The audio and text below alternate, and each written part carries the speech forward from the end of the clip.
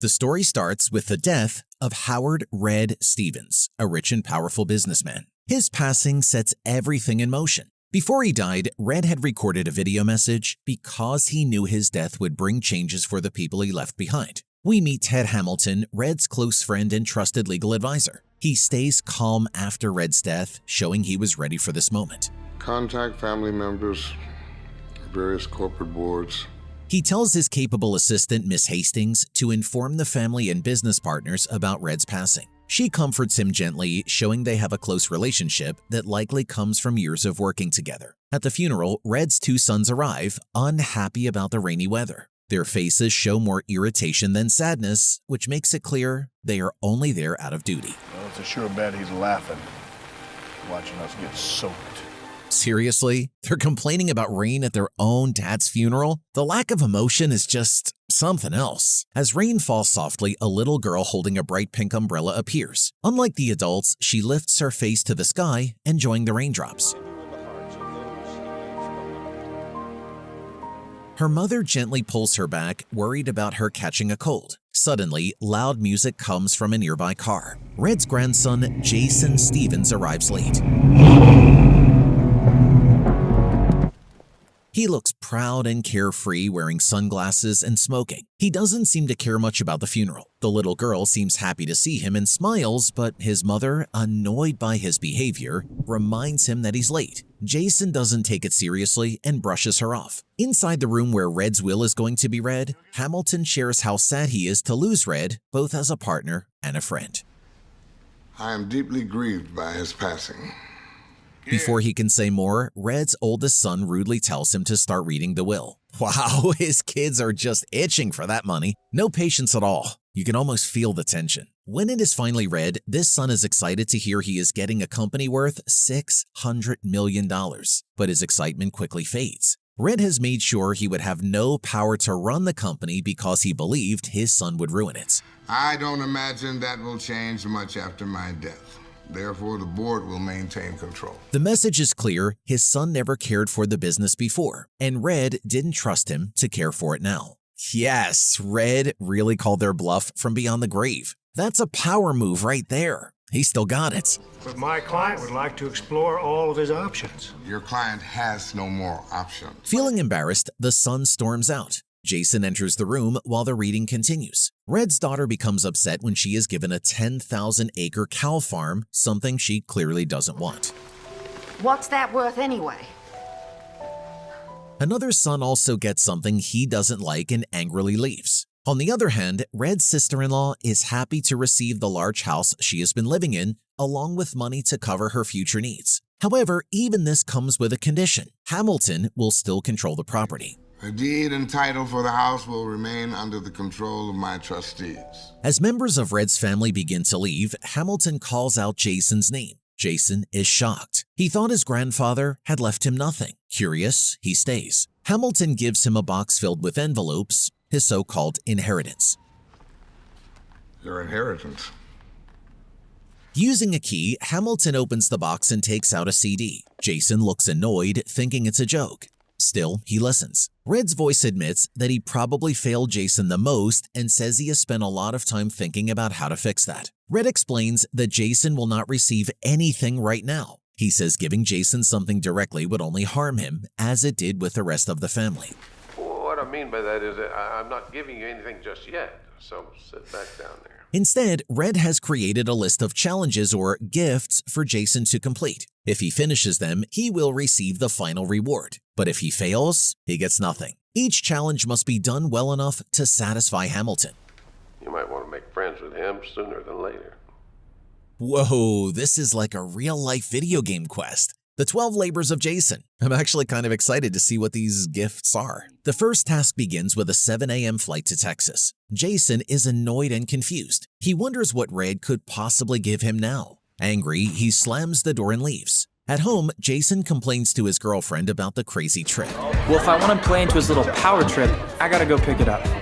He jokes about how it's just another one of Red's ways to control him. She tells him to go through with it. There might be something worth it in the end. Thinking about what he might get, he agrees to go. At the airport, Jason shows up riding a motorcycle escorted by police for driving dangerously. police escort. Sorta.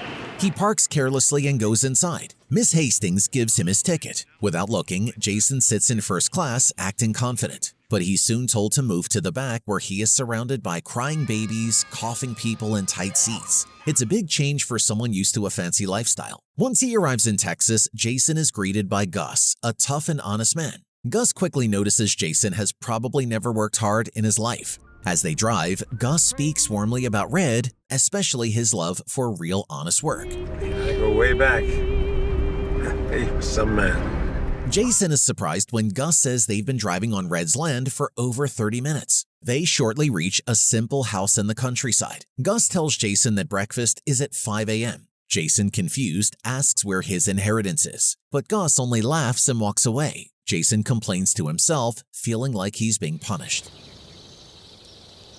So this is hell.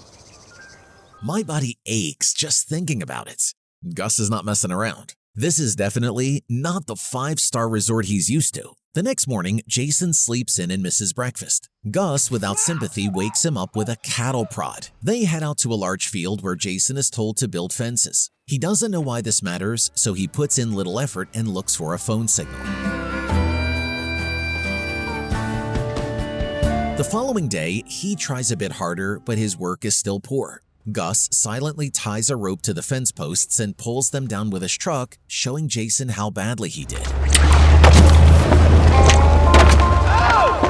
Later, Jason finds a phone signal and calls his girlfriend. She asks about the gift, but Jason only mentions vague tasks that involve land and tools. He starts to think maybe the real gift will come after he finishes the work. Encouraged by this idea, Jason begins to take the work seriously. He wakes up early, works hard, and finally installs the fence posts the right way. Gus notices and seems pleased, though he doesn't say much.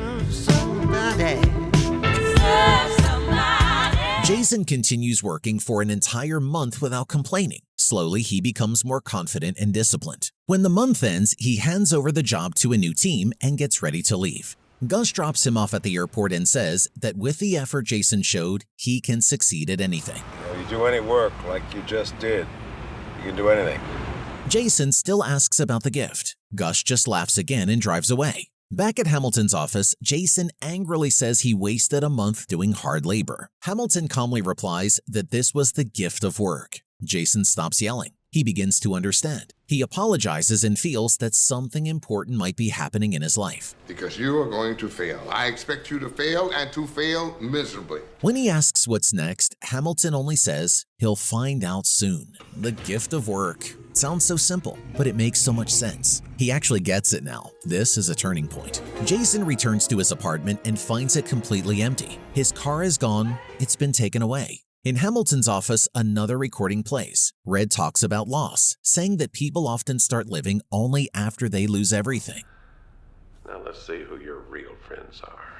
Jason listens and feels bitter. He accuses Red of still trying to control everyone, even after death. He says no one came to the funeral unless they expected to get something. Then the next challenge is revealed. Jason must find one real friend by the end of the month. With one true friend.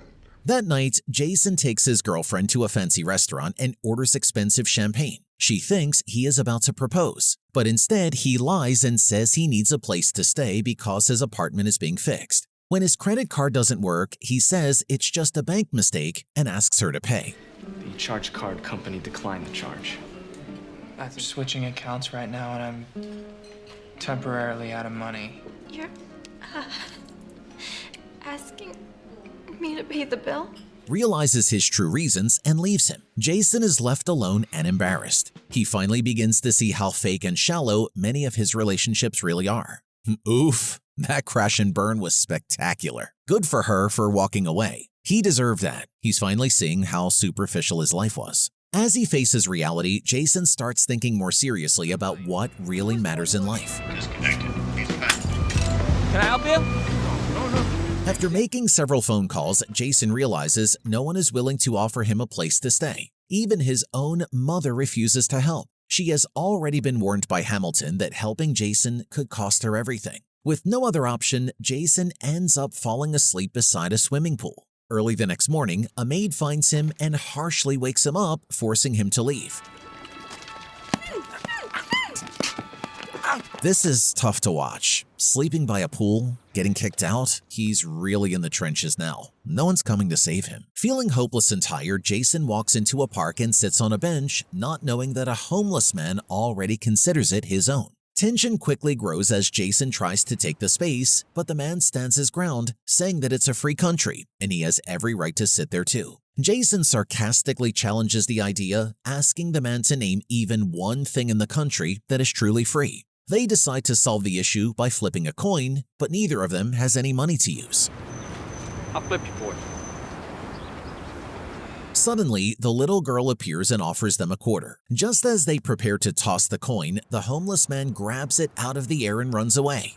Jason watches him leave without surprise. The girl stays behind and starts talking to him. She says she remembers seeing him at the funeral. Her name is Emily. Her mother, noticing her talking to a stranger again, rushes over, calls her back, and warns her. Jason calmly tells them he's not dangerous, even though he clearly feels hurt inside. Dear, don't be ridiculous. Sorry to disturb you. Come on. That's okay, I'm not the one who's disturbed. As Emily leaves, she throws out a painful comment, calling Jason a terrible friend. Her words hit him hard. Then, in his usual straightforward way, he asks if she wants to be friends. When he tries to explain a situation, Emily tells him it's not complicated, just sad. No, it's not. It's pathetic. For an entire month, Jason lives on the streets. He secretly watches his girlfriend from a distance and discovers that she is cheating on him. On the last day of his challenge, he sees Emily and her mother Alexia having a picnic. The same homeless man shows up again and begins to bother them. Jason quickly distracts him by challenging him to a race back to the bench. Yeah, my bench. Later, Jason tells Alexia and Emily about the challenge he's been going through. He says he can't make any promises but wants to be honest. Alexia seems unsure but doesn't turn him away. At Hamilton's office, Emily tries to get attention by loudly sipping her drink. Emily, it's not polite to... She confidently says she wants Jason to stay in her life, making her mother fall quiet with deep thought. Outside the building, Emily suggests meeting the next day at their usual picnic spot. Jason walks away and casually says yes, showing his contempt once again. Just a minute, pal. You owe me. At Hamilton's office, Red makes a comment about how Jason used to treat money like air. Always there, never appreciated. Jason then receives a paycheck for his work in Texas. His new task is to spend the money on someone who truly needs it. The gift of giving. This is perfect. He's been on the receiving end of so much. Now he gets to make a difference. Back in the park, Jason thinks about giving the money to the homeless man, but the man runs away after being caught going through Alexia's purse. Later, Jason learns that Alexia is struggling with heavy debts because of Emily's hospital bills. He finds out that Emily has a room in the hospital. Thus, he leaves a bag of money there and unexpectedly runs into Alexia. Then she reveals something heartbreaking. Emily has leukemia. When Jason tells her he was told to give the money away, Alexia gets upset. She thinks he used her and Emily as part of some kind of challenge. A private investigator sent by Hamilton shows up and Jason tells him to pay the hospital bill. She owes $1,600 in back rent. Pay it. He still needs another $100, which he personally gives to Hamilton later. With that task done, Jason now has to reconnect with his family and see if there is any thankfulness among them. It's almost Thanksgiving. Just as Red's doctor had predicted, Jason visits Emily in the hospital chapel. She warmly greets him and calls him her best friend. She talks softly about death, imagining God holding colorful butterflies in his hands. She suddenly breaks down, crying about how unfair it feels for someone to die. Jason holds her and says those divine arms are meant for her. She then asks what will happen to her mom without her, and jokingly says she wouldn't mind if Jason kissed her. I wouldn't be upset if you kissed her. Do you think your mom and I... Okay, it's official. She accuses him of being blind to their connection. Emily believes they are meant to be together. She even reminds him of the first time they met in the park. She convinces him to spend Thanksgiving with her and her mother. Later, Alexia hears heartbreaking news. Chemotherapy won't be enough to save Emily. The hope she held on to starts to fade. She cries on Jason's shoulder. They sit at the hospital cafe and Alexia tells Jason about her past. Emily's father left them to focus on college. Despite the hardship, she says Emily is the best decision she ever made. She's the best decision I ever made. She thanks Jason, believing he paid the hospital bill. He invites her to join him for Thanksgiving, but she says her place is with her daughter. That same day, Emily sees her mother looking distant and thoughtful. Alexia tells her Jason invited her for Thanksgiving and jokes that she gave him a sarcastic answer, not wanting to miss a moment with her daughter. Oh, really? Yeah, of course I told him whatever, loser. Walking beside Jason, Alexia says Emily has pushed her away. Emily smiles proudly and says they are meant for each other. On Jason's first Thanksgiving bus ride, Alexia arrives at a huge mansion. She is amazed by the luxury, but soon sees the truth about Jason's family. They argue constantly. When Jason suggests that each say what they are thankful for, they laugh at him. I was hoping maybe we could all go around the table and each say something that we're most thankful for. One of Red's sons even sarcastically thanks fate for taking their father away. Oh, this family is just the worst. Zero self-awareness. Laughing at thankful for, they're just so entitled and bitter. The topic of inheritance comes up. A cousin plays one of Red's old recorded messages, which causes tension. Hey! What in the world is that? All right, give it back. The family feels betrayed and demands answers. Jason quietly walks out, thinking about how selfish and greedy they all are. Alexia tells him he no longer belongs in that world. Jason acts like he doesn't get it. She gets hurt and says she'll pay him back as soon as she can. Later, Jason stares at a photo of Hamilton's late wife. Hamilton tells him she died young. Jason felt bad and expressed his condolences. Yeah. She passed away shortly after we were married. Hamilton encourages him to appreciate Alexia and become the man she needs. Red's final recorded message warns Jason that life will get harder before it gets better. Jason's new task is completely different. He must leave the country. Emily feels disappointed and tells him to be back by Christmas. Jason travels to South America and visits a public library started by his grandfather. His father used to work there before he died. The library is filled with old books passed from hand to hand. And the books that are here I can't even read. Great. The librarian shows Jason a letter his grandfather proudly kept on display. The letter reveals that as a young boy, Jason had only one wish: to spend time with both his father and Red. He had always blamed his grandfather for taking his father away. The truth hits him deeply. He realizes that all his anger came from a simple wish: the desire to be loved. After putting in steady, honest effort for a while, Jason meets a man who claims he was there the night Jason's father died. I was here the night he died. Jason immediately asks him to guide him to the site of the crash, hoping to find some closure. But the man refuses. He seems scared, saying this area is too dangerous and he doesn't want to risk his life going back. He walks away, leaving Jason frustrated and confused. Not long after, a special event is held to honor Red, the founder of the library. People gather to celebrate his life and the space he created. As Jason watches the guests, he notices how much love and respect everyone has for Red. They speak about how the library has changed their lives. Listening to their stories and feeling their joy, Jason starts to understand why this place means so much to the community. In that moment, something changes inside him. The anger and sadness he has carried about his father's death begin to ease just a little. He feels a gentle, emotional connection to his father, as if the love Red gave to others still carries his memory. This is beautiful. He's finally seeing Red through other people's eyes, not just his own pain. It's like a weight is lifting off him. The next morning, Jason decides to take matters into his own hands. He begins the journey to find the crash site where his father died. But something unexpected happens. After driving for a while, he hears a noise from the back of the Jeep. To his surprise, the man who had earlier refused to help him has secretly hidden there. He now chooses to go with Jason. My purpose in coming to you was a promise I made to Senor Red.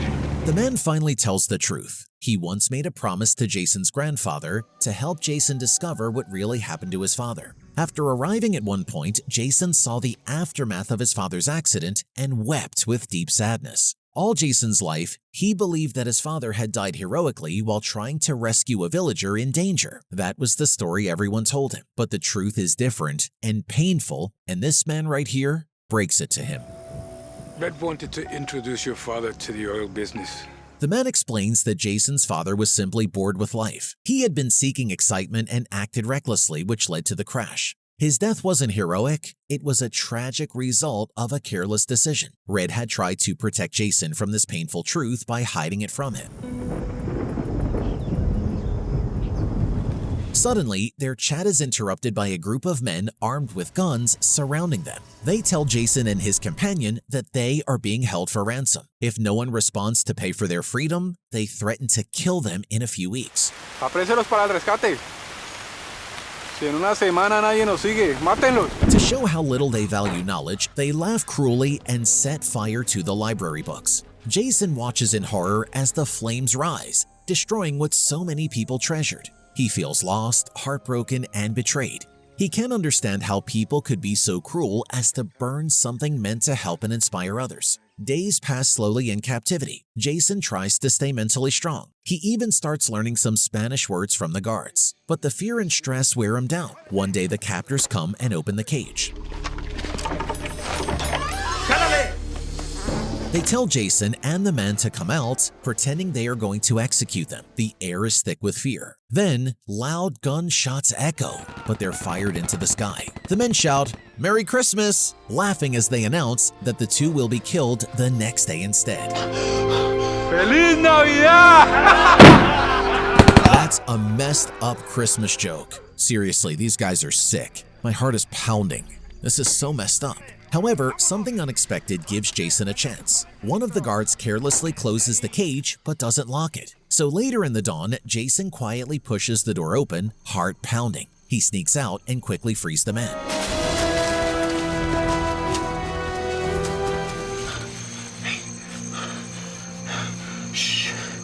The two shortly escape into the dark night, running with all their strength, driven by pure adrenaline and the desperate need to survive. Eventually, Jason makes it back to the airport and is reunited with Alexia. Hey. What are you doing here?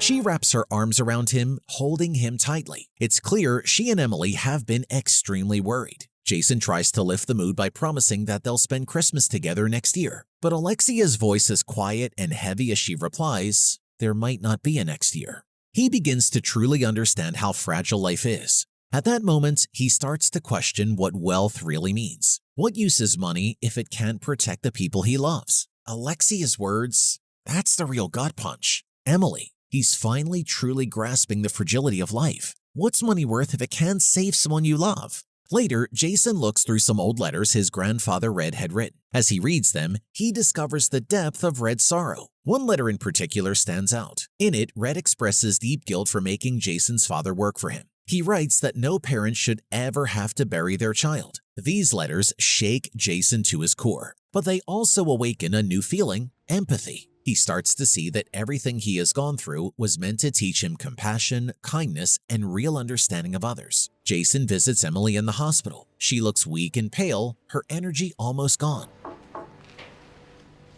Welcome back, stranger. When he walks in, she greets him with a soft voice and even makes a light joke about the small gift he brought her from the airport. She's clearly disappointed that he wasn't there for Christmas, but her face lights up when Jason gently kisses her cheek and tells her he missed her too. Emily shares two simple wishes. She wants to celebrate Christmas and ride a horse. Jason hesitates. He tries to explain that it may take some time to arrange everything, but Emily interrupts him softly but firmly. She wants it now. Jason picks up the phone and calls Mr. Hamilton, asking for a private jet. I need to borrow my grandfather's jet. At first, Hamilton refuses, but Miss Hastings, hearing the request, steps in and approves it. Soon they are flying to Texas. There, Gus decorates the house with bright and cheerful Christmas lights. When Emily sees the lights, her face shines with joy. This is the Christmas she had dreamed of. A simple, happy day with people she loves. While standing with Alexia under the glowing lights, Jason tells her that Emily wants to go horseback riding, but Alexia starts crying out of nowhere. She's terrified of horses. Through tears, she tells Jason that the dream wasn't Emily's. It was hers. Emily is actually scared of horses, but wanted to give Alexia her childhood dream. Even so, the next morning, they all go horseback riding together. Jason helps Alexia off her horse and says he needs to do something special for Emily. Then they kiss, and it feels like the beginning of something beautiful and new. Gus and Emily look at them, smiling warmly, witnessing the quiet start of their love story. Wait, Emily gave Alexia her dream? That's so selfless. And the kiss, finally. This is such a tender moment. My heart is so full right now. Later, Jason listens to one more message from Red. In the recording, Red encourages Jason to keep dreaming and, more importantly, to act on those dreams. Jason, you need to be free to dream. That night, Jason sits with Emily and asks what her biggest dream is. She smiles and says that it has already come true. Her dream was to have one perfect day, surrounded by people who truly love her and love one another. Tears fill her eyes as Jason gently carries her back into the house. Inside, Jason admits that he's still unsure of his own dreams. Until now, he only cared about enjoying life. For as long as I can remember, all I wanted to do was have fun. But Emily lifts his heart, reminding him that he gave her everything she ever wished for. She tells him that even if he doesn't have much in life, he is rich in love, especially with Alexia by his side. Back in Mr. Hamilton's office, Jason gives a heartfelt speech. He explains how he once wandered through life without purpose. Now he wants to help others achieve their dreams. Following Red Stevens' final instructions, Jason is given $100 million to use however he chooses. To his surprise, the money doesn't thrill him. Congratulations, Jason. So that's it? Yes, I think so. Miss Hastings notices his calm reaction and tells him it's because he's no longer the same person. He has changed. $100 million and he's not even excited? He's truly transformed. This is not the same kid we saw at the funeral. This is amazing to witness. Jason then presents a powerful idea. He wants to build a place where families can live together while their loved ones get medical treatment. The project will cost $350 million. To show how serious he is, Jason offers the full $100 million he was given. When someone tries to challenge his plan, Jason makes it clear this is not a suggestion, it's a decision. He argues that this amount is equal to what the company once earned from his grandfather in a single year. Mr. Hamilton supports Jason's proposal. Suddenly, Alexia gets a phone call and rushes out. Hey! Whoa! Jason follows her and finds her in Emily's hospital room crying. Emily has passed away. Jason sits beside her heartbroken. Alexia tells him that Emily had asked her to attend the meeting because it was important to her. They grieve together, deeply affected by the loss. In memory of Emily, they open a home in her name that becomes the foundation for a new health center. Even the mayor joins their mission, and construction soon begins. A beautiful legacy for Emily. She truly changed him, and now he's changing the world because of her. It's bittersweet, but so powerful. Meanwhile, a private investigator brings a recording that shows Jason broke some rules to get extra money for Emily's hospital care. These actions technically mean he failed the final test, but Jason doesn't care. Stealing private property. He smiles, knowing he did it out of love. In Red's final message, he admits that he expected Jason might break the rules. But in doing so, Jason proved his heart had grown. Red's voice says he is proud of Jason and that his spirit will live on through him. When the message ends, Jason softly replies his honest feeling towards his grandfather. I love you, son. I love you too. Finally, Mr. Hamilton reads an official document. It transfers all of Red Stevens' wealth, $2 billion, to Jason. Jason is stunned and can hardly believe it. Hamilton looks at Miss Hastings and tells her that, just like she once worked with Red, she will now work alongside Jason to help change the world. $2 billion. He actually got it all, and he's going to use it for good. This is such a fantastic ending. He's not just rich, he's rich in spirit. What a journey.